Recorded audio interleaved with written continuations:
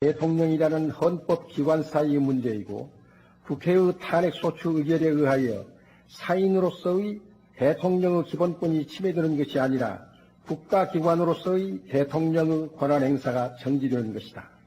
따라서 국가기관이 국민과의 관계에서 공권력을 행사함에 있어서 준수해야 할 법 원칙으로서 형성된 적법 절차의 원칙을 국가기관에 대하여 헌법을 수호하고자 하는 탄핵소추 절차에는 직접 적용할 수 없다고 할 것이고, 그 밖에 달리 탄핵소추 절차와 관련하여 피소추인에게 의견 진술 기회를 부여할 것을 요청하는 명문의 규정도 없으므로 국회의 탄핵소추 절차가 적법 절차 원칙에 위배되었다는 주장은 이유가 없다.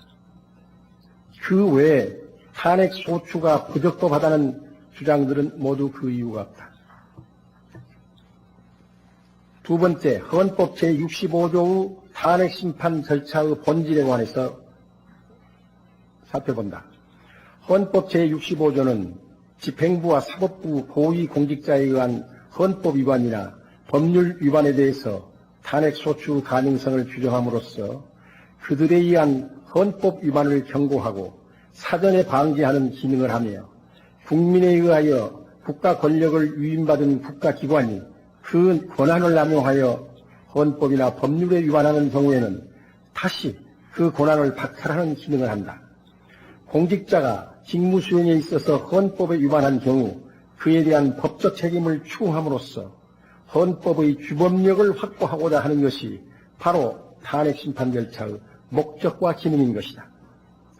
헌법 제65조는 탄핵소추 사유를 헌법이나 법률에 대한 위배로 명시함으로써 탄핵 절차를 정치적 심판 절차가 아니라 규범적 심판 절차로 규정하였고, 이에 따라 탄핵소추 목적이 정치적 이유가 아니라 법 위반을 이유로 하는 대통령의 파면임을 밝히고 있다. 대통령이 직무집행에 있어서 헌법이나 법률에 위반했는지에 관하여 살핀다. 아래에서는 국회 탄핵소추 의결서에서 기재된 소추 사유를 유형별로 나누어 각 헌법이나 법률의 위반 여부를 살펴보기로 한다. 첫째, 2004년 2월 18일 경인지역 6개 언론사의 기자회견, 2004년 2월 24일 한국방송기자클럽 초청 기자회견에서 특정 정당을 지지한 행위가 공선법 제9조의 공무원의 중립 의무에 위반했는지에 관하여 살핀다. 대통령도 선거에서의 중립 의무를 지는 공무원인지의 여부에 관하여 선거에서의 공무원의 정치적 중립 의무는 국민 전체에 대한 봉사자로서의 공무원의 지위를 규정하는 헌법 제7조 제1항, 자유선거 원칙을 규정하는 헌법 제41조 제1항과 제61조 제1항, 및 정당의 기회균등을 보장하는 헌법 제116조 제1항으로부터 나오는 헌법적 요청이다. 공선법 제9조는 이러한 헌법적 요청을 구체화하고 실현하는 법 규정이다. 따라서 공선법 제9조의 공무원이란 위 헌법적 요청을 실현하기 위하여 선거에서의 중립 의무가 부과되어야 하는 모든 공무원, 즉 구체적으로 자유선거 원칙과 선거에서의 정당의 기회균등을 위협할 수 있는 모든 공무원을 의미한다. 그런데 사실상 모든 공무원이 그 직무 행사를 통하여 선거에 대한 부당한 영향력을 행사할 수 있는 지위에 있으므로 여기에서의 공무원이란 원칙적으로 국가와 지방자치단체의 모든 공무원, 즉 좁은 의미의 직업공무원은 물론이고 적극적인 정치활동을 통하여 국가에 봉사하는 정치적 공무원을 포함한다. 다만 국회의원과 지방의회 의원은 정당의 대표자이자 선거운동의 주체로서의 지위로 말미암아 선거에서의 정치적 중립성이 요구될 수 없으므로 공선법 9조의 공무원에 해당하지 않는다. 국가의 중립 의무에 의하여 보장된 정당 간의 자유경쟁에서 국회의원은 정당의 대표자로서 선거운동 주역으로 활동하게 되는 것이다. 따라서 선거에 있어서의 정치적 중립성은 행정부와 사법부의 모든 공직자에게 해당하는 공무원의 기본적 의무이다. 더욱이 대통령은 행정부 수반으로서 공정한 선거가 실시될 수 있도록 총괄 감독해야 할 의무가 있으므로 당연히 선거에서의 중립 의무를 지는 공직자에 해당하는 것이고 이로써 공선법 제9조 공무원에 포함된다. 이 사건의 경우 대통령의 발언이 공무원의 정치적 중립 의무에 위반되는지 여부에 관하여 살핀다. 여기서 문제되는 기자회견에서의 대통령의 발언은 공직자의 신분으로서 직무수행의 범위 내에서 또는 직무수행과 관련하여 이루어진 것으로 보아야 한다. 대통령이 특정 정당을 일방적으로 지지하는 발언을 함으로써 국민의 의사형성 과정에 영향을 미친다면 정당과 후보자들에 대한 정당한 평가를 기초로 하는 국민의 자유로운 의사형성 과정에 개입하여 이를 왜곡시키는 것이며 동시에 지난 수년간 국민의 신뢰를 얻기 위하여 꾸준히 지속해온 정당과 후보자의 정치적 활동의 의미를 반감시킴으로써 의회민주주의를 크게 훼손시키는 것이다. 그런데 이 부분 대통령의 발언은 그 직무집행에 있어서 반복하여 특정 정당에 대한 자신의 지지를 적극적으로 표명하고 나아가 국민들에게 직접 그 정당에 대한 지지를 호소하는 내용이라고 할 수 있다. 따라서 선거에 임박한 시기이기 때문에 공무원의 정치적 중립성이 어느 때보다도 요청되는 때 공정한 선거관리의 궁극적 책임을 지는 대통령이 기자회견에서 전 국민을 상대로 대통령직의 정치적 비중과 영향력을 이용하여 특정 정당을 지지하는 발언을 한 것은 대통령의 지위를 이용하여 선거에 대한 부당한 영향력을 행사하고 이로써 선거의 결과에 영향을 미치는 행위를 한 것이므로 선거에서의 중립 의무를 위반하였다.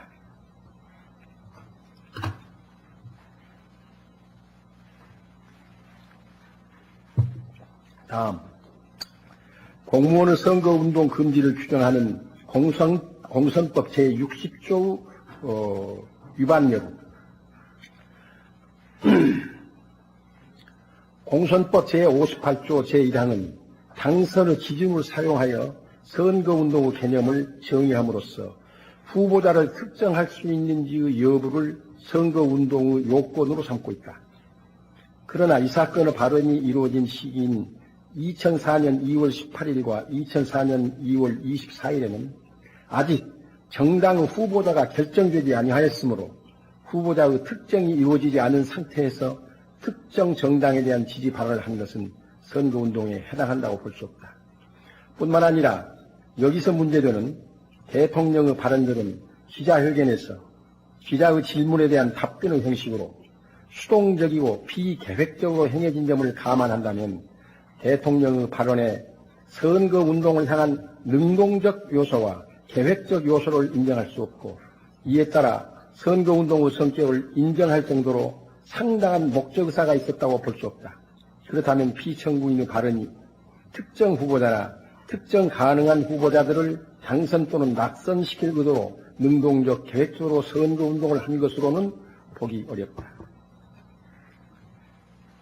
그 밖에 총선과 관련한 발언으로서 2003년 12월 19일 리멤버 1219 행사에서의 발언, 2003년 12월 24일 전직 비서관과의 청와대 오찬에서의 발언, 2004년 1월 14일 연두 기자회견에서의 발언, 2004년 2월 5일 강원 지역 언론인 간담회에서의 발언 등은 모두 허용되는 정치적 의견 표명의 범위를 벗어나지 않는 것으로서 헌법이나 법률에 위반되지 않는다. 4. 중앙선거관리위원회의 선거법 위반 결정에 대한 대통령의 행위에 관하여 헌법을 준수하고 수호해야 할 의무가 이미 법치국가 원리에서 파생되는 지극히 당연한 것임에도 불구하고 헌법은 국가의 원수이자 행정부 수반이라는 대통령의 막중한 지위를 감안하여 제66조 제2항 및 제69조에서 이를 다시 한번 강조하고 있다. 이러한 헌법의 정신에 의한다면 대통령은 모든 국민에 대한 국민 모두에 대한 법치와 준법의 상징적 존재인 것이다.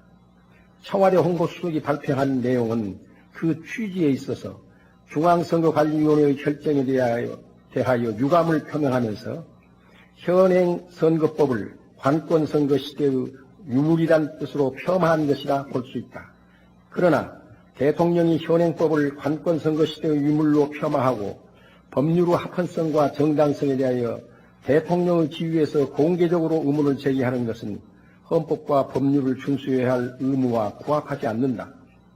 물론 대통령도 정치인으로서 현행 법률의 개선 방향에 관한 입장과 소신을 피력할 수는 있으나 어떠한 상황에서 어떠한 연관관계에서 법률의 개정에 관하여 논의하는가 하는 것은 매우 중요하며 이 사건의 경우와 같이 대통령이 선거법 위반 행위로 말미암아 중앙선거관리위원회로부터 경고를 받는 상황에서 그에 대한 반응으로서 현행 선거법을 폄하하는 발언을 하는 것은 법률을 존중하는 태도라고 볼 수 없는 것이다.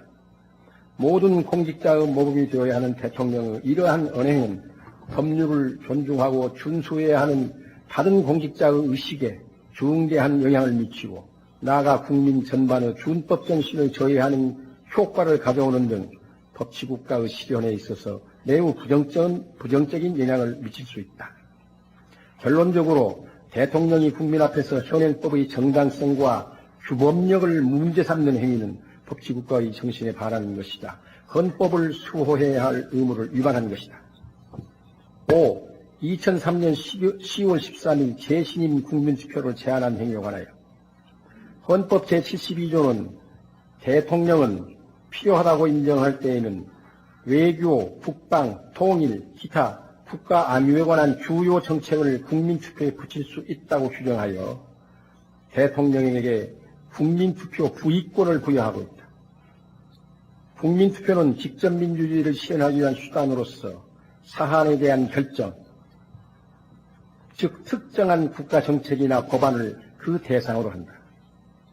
따라서 국민투표의 본질상 대표자에 대한 신임은 국민투표의 대상이 될 수 없으며 우리 헌법에서 대표자의 선출과 그에 대한 신임은 단지 선거의 형태로서 이루어져야 한다. 대통령이 자신에 대한 재신임을 국민투표 형태로 묻고자 하는 것은 헌법 제72조에 의하여 부여받은 국민투표 부의권을 위헌적으로 행사하는 경우에 해당하는 것으로 국민투표 제도를 자신의 정치적 입지를 강화하기 위한 정치적 도구로 남용해서는 안 된다는 헌법적 의무를 위반한 것이다. 물론 대통령이 위헌적인 재신임 국민투표를 단지 제안만 하였을 뿐 강행하지는 않았으나 헌법상 허용되지 않는 재신임 국민투표를 국민들에게 제안하는 것은 그 자체로서 헌법 72조에 반하는 것으로 헌법을 실현하고 수호해야 할 대통령의 의무를 위반한 것이다. 6. 대통령이 2003년 4월 25일 국회 인사청문회가 고영구 국가정보원장에 대하여 부적격 판정을 하였음에도 이를 수용하지 아니한 행위. 2003년 9월 3일 국회가 행정자치부 장관 해임 결의안을 의결하였음에도 이를 즉시 수용하지 아니한 행위는 헌법이 규정하는 권력 분립 구조 내에서의 대통령의 정당한 권한 행사에 해당하거나 또는 헌법 규범에 부합하는 것이며 국회에 대한 비하적 발언은 정치적 비난의 대상이 될 수는 있을지언정 헌법이나 법률에 위반한 것은 아니다.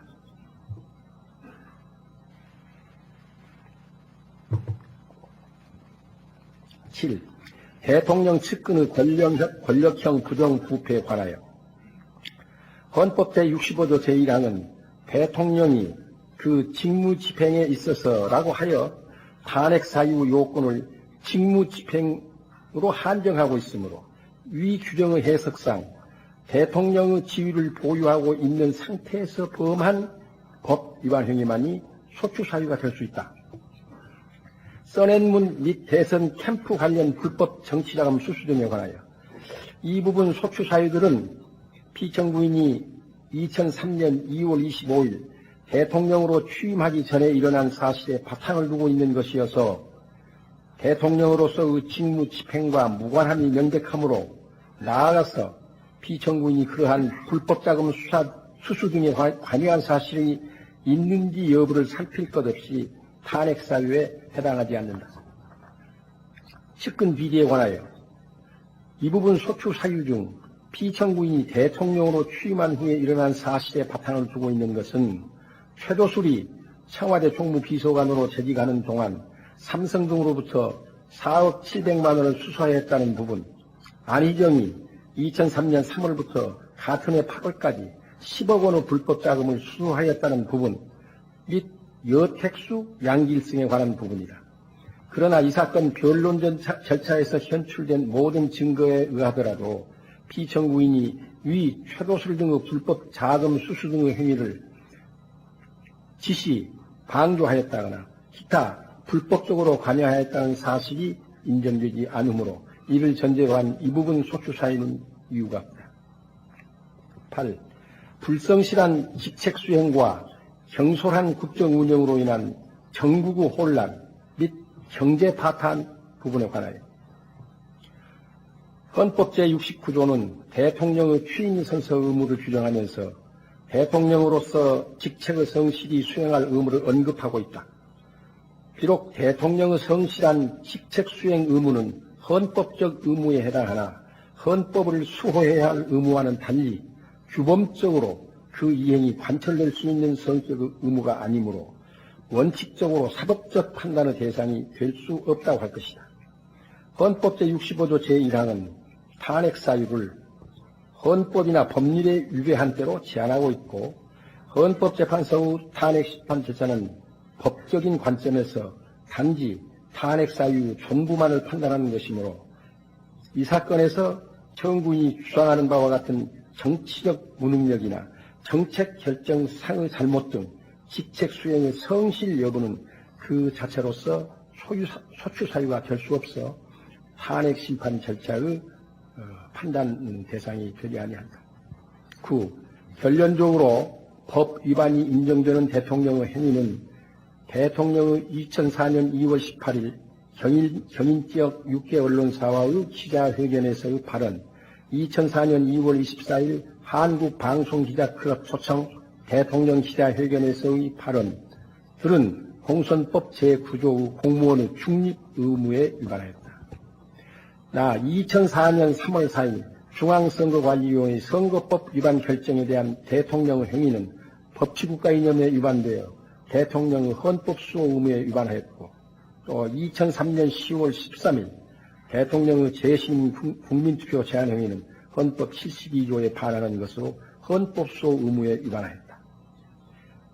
3. 대통령을 파면할 것인지에 관하여 헌법재판소법은 제53조 제1항에서 탄핵 심판 청구가 이유 있는 때에는 헌법재판소는 피청구인을 당의 공직에서 파면하는 결정을 선고한다고 규정하고 있다.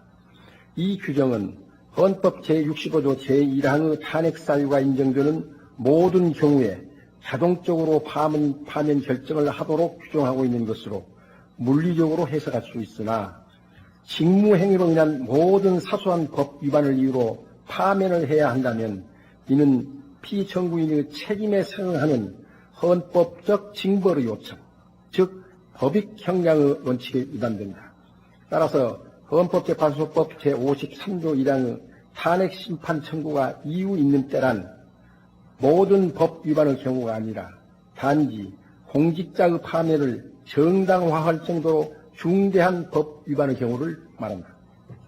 한편 대통령에 대한 파면 결정은 국민이 선거를 통하여 대통령에 부여한 민주적 정당성을 임기 중 다시 박탈하는 효과를 가지며 직무 수행의 단절로 인한 국가적 손실과 국정 공백은 물론이고 국론의 분열 현상, 즉 대통령을 지지하는 국민과 그렇지 않은 국민 간의 분열과 반목으로 인한 정치적 혼란을 가져올 수 있다. 따라서 대통령에 대한 파면 효과가 이와 같이 중대하다면 파면 결정을 정당화하는 이유도 이에 상응하는 중대성을 가져야 할 것이다.